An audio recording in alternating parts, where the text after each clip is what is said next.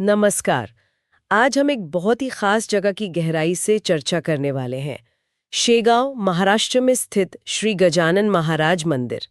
नमस्कार। हमारे पास जो भी जानकारी है वो संत गजानन महाराज के जीवन पर, मंदिर कैसे बना, क्या क्या खास है वहाँ, रोज क्या होता है, भक्तों के लिए क्या सुविधाएं हैं। हम्म हम्म और हाँ, वो जो विशाल आनंद सागर परिसर है उसके बारे में भी काफी कुछ बताती है। बिल्कुल। तो आज का मकसद यही है कि हम मिलके ये समझें कि ये जगह सिर्फ एक मंदिर ही क्यों नहीं है। सही बात। मतलब कैसे ये अध्यात्म, सेवा और अपनी संस्कृति का इतना बड़ा, इतना अहम केंद्र बन गई है ना? हाँ बिल्कुल। और इसकी शुरुआत, जैसा आपने कहा, संत गजानन महाराज के रहस्यमयी तरीके से प्रकट होने से होती है। अच्छा। हाँ, पहली बार उन्हें शेगांव में देखा गया था। तारीख थी 23 फरवरी 1878। कोई जानता नहीं था कि वो कहाँ से आए थे। अरे, एकदम रहस्यमयी। बिल्कुल।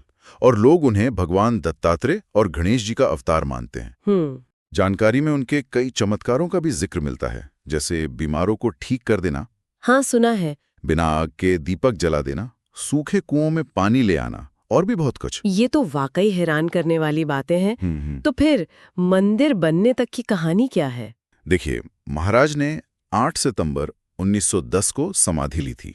अच्छा। हाँ, और वही जगह आज मंदिर का मुख्य पवित्र स्थल है, गर्भगृह जिसे कहते हैं। गर्भगृह। हाँ, और उनके जीवन, उनके चमत्कारों के बारे में काफी विस्तार से एक ग्रंथ है, श्री गजानन विजय। हाँ हाँ, गजानन विजय सुना है। उसमें सब बताया गया है। भक्तों के लिए तो वो बहुत ही महत्वपूर्ण किताब है। और मैंने ये भी पढ़ा कि मंदिर का जो मैनेजमेंट ट्रस्ट है उसकी नींव भी महाराज ने खुद ही रखवाई थी। ये सच है? हाँ, ये बहुत दिलचस्प बात है। 1908 में, मतलब समाधि लेने से भी पहले, उन्होंने अपने 12 भक्तों को प्रेरित किया था। अच्छा। और श्री गजानन महाराज संस्थान की स्थापना करवाई। आज ये संस्थान, जिसकी देखरेख पाटिल परिवार करता है, शायद विदर्भ का सबसे बड़ा मंदिर ट्रस्ट है। सबसे बड़ा? हाँ, और कमाल की बात यह है कि ये सिर्फ पूजा पाठ तक ही सीमित नहीं है। महाराज की जो सेवा भावना थी ना, हाँ। उसको आगे बढ़ाते हुए ये शिक्षा के क्षेत्र में, यहाँ तक कि एक इंजीनियरिंग कॉलेज भी चलाते हैं ये लोग। Engineering college? वाह। हाँ, स्वास्थ्य सेवाएं हैं और ढेरों सामाजिक काम, मतलब बहुत कुछ करते हैं। तो ये ट्रस्ट तो सिर्फ मंदिर नहीं चला रहा, ये तो एक बड़ा सामाजिक संगठन बन गया है। अच्छा, अब जरा मंदिर की इमारत पर आते हैं। वो कैसी दिखती है? कुछ खास है उसमें? मंदिर का जो मूल ढांचा था वो तो स्थानीय काले पत्थर से बना था। लेकिन बाद में जब मंदिर के 100 साल पूरे हुए तो संगमरमर से उसका नवीनीकरण किया गया और खूबसूरत बना दिया गया। अच्छा, संगमरमर का काम भी है। हाँ, मुख्य गर्भगृह, जैसा मैंने बताया, ठीक महाराज की समाधि पर है।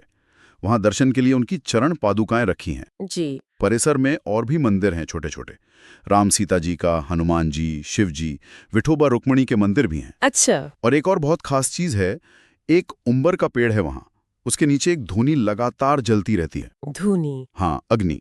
कहते हैं कि ये महाराज के समय से जल रही है, अखंड धूनी। अरे वाह, ये तो अद्भुत है। हाँ, और वास्तुकला देखे तो वो पुराने काले पत्थर और नए संगमरमर का मेल बहुत सुंदर लगता है। दीवारों पर महाराज के जीवन से जुड़े किस्से, उनकी नक्काशी की गई है। तो जाहिर है महाराज की समाधि स्थल पर बने इस मंदिर में भक्तों की भारी भीड़ रहती होगी। दिन भर क्या चलता है वहाँ? मतलब सुबह से रात तक का क्या रूटीन है? बिल्कुल, भीड़ तो बहुत रहती है। मंदिर सुबह करीब 5 बजे खुल जाता है और रात में मान लीजिए 9:30 या 10 बजे तक खुला रहता है। अच्छा, काफी देर तक। हाँ। और रोज की पूजा अर्चना का एक तय क्रम है? सुबह होती है काकड़ आरती, फिर पंचामृत पूजा होती है, पादुका अभिषेक होता है, दोपहर में फिर पंचोपचार पूजा और भगवान को महानैवेद्य मतलब भोग लगाया जाता है। शाम के समय हरिपाठ होता है, भजन कीर्तन होते हैं और रात में सोने से पहले शेज आरती। ये रोज का क्रम है? रोज का। और हर गुरुवार को और त्योहारों पर पालकी भी निकाली जाती है। पालकी भी? हाँ। और एक बात और, नए साल की शाम को 31 दिसंबर को भक्तों के लिए रात भर दर्शन खुले रहते हैं। पूरी रात?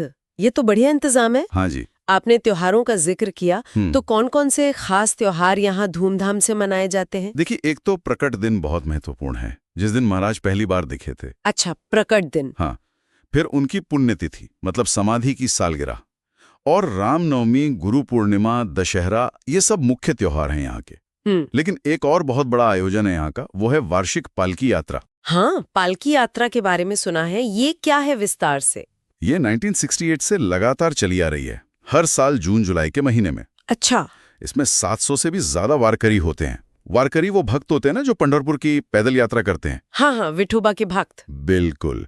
तो ये वारकरी शेगांव से पंढरपुर तक पैदल जाते हैं और फिर वापस आते हैं। पैदल?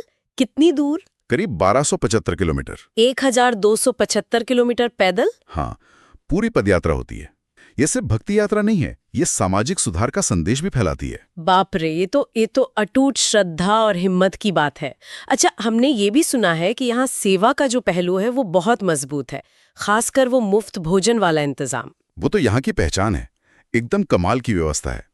जानकारी के हिसाब से रोजाना करीब 20,000 भक्तों को मुफ्त भोजन कराया जाता है। रोज 20,000? हाँ, इसमें सुबह की चाय, नाश्ता, दोपहर का खाना और रात का महाप्रसाद सब शामिल है।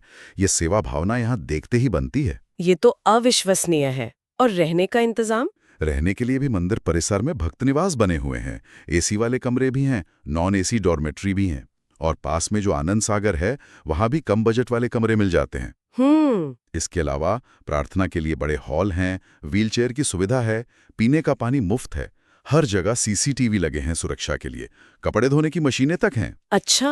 और रेलवे स्टेशन से मंदिर आने जाने के लिए मुफ्त बस सेवा भी है। क्या बात है, मतलब भक्त की हर जरूरत का ध्यान रखा गया है। बिल्कुल। तो मंदिर में इतनी शांति है, सेवा है, आध्यात्म है, लेकिन जानकारी ये बताती है कि पास में एक बिल्कुल अलग तरह का अनुभव भी मिलता है, आनंद सागर।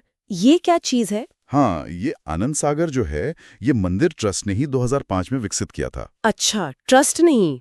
हाँ, और ये बहुत बड़ा है, करीब 350 एकड़ में फैला हुआ है। 350 एकड़? जी। इसमें एक बहुत बड़ी कृत्रिम झील बनाई गई है, मेडिटेशन के लिए सेंटर है, सुंदर बगीचे हैं, एक खुला थिएटर है जिसे एम्फी थिएटर कहते हैं। हाँ।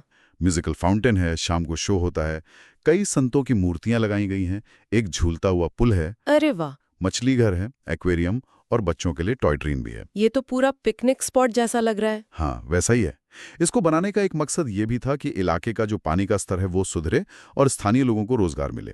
और अब ये परिवारों के लिए घूमने फिरने की एक बहुत लोकप्रिय जगह बन गई है। कमाल है, मतलब अध्यात्म के साथ साथ मनोरंजन और पर्यावरण का भी ध्यान। हाँ। बहुत खूब।